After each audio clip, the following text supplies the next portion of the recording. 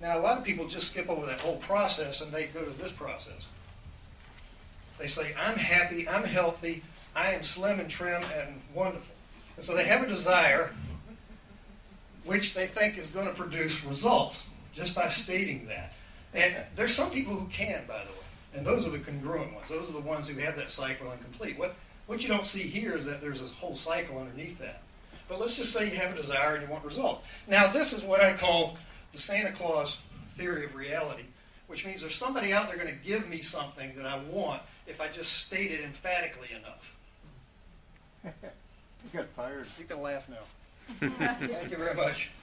And so the Santa Claus theory of reality, well, normally we think of ourselves as being able to do this. We say, well, I have an inner child that's going to lift these weights. It's going to make life happen.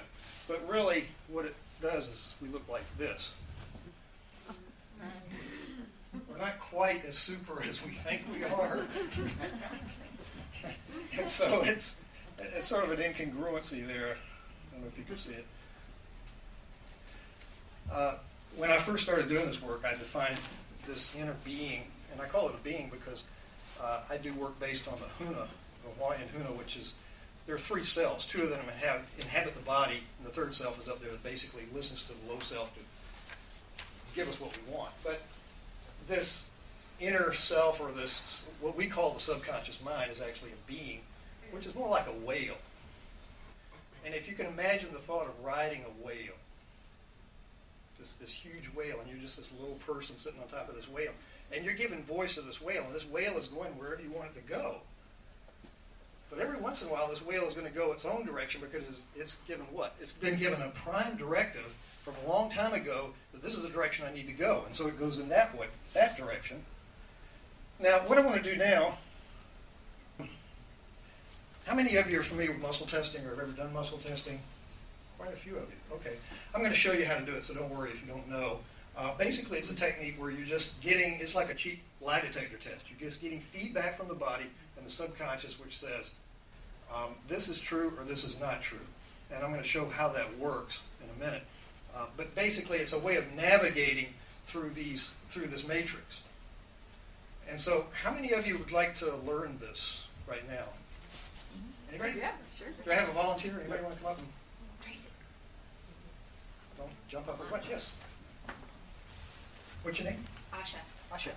Thank you, Asha. Welcome. Turn around, face the audience, if you don't mind. Let me back this up here so we don't trip. That's excellent. Are you right-handed or left-handed? Left-handed. Left-handed. Come over here. Excuse me. You can just... There you go. Perfect. So, Asha, what I'm going to do is I'll have you hold your arm out. And what you do muscle test is real simple. Just basically press on the arm. Make them have a statement. And rest a second. Let me explain this.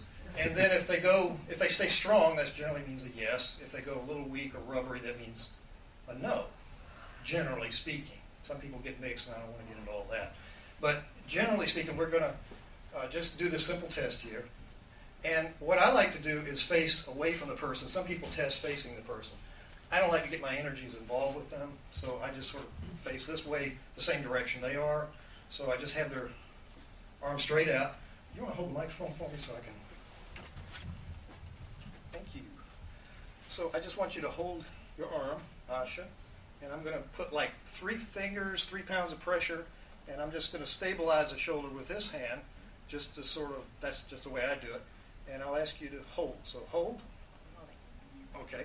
So some chiropractors use this for testing vitamins. How many of you experience that, where you test different vitamins or supplements or things like that? I used to do that. I still do that occasionally. But what I use this for, muscle testing, is particularly for statements, whether or not a statement is true, both consciously and subconsciously. So when we make a statement and we're not congruent, this muscle is going to tell us we're not congruent. You with me?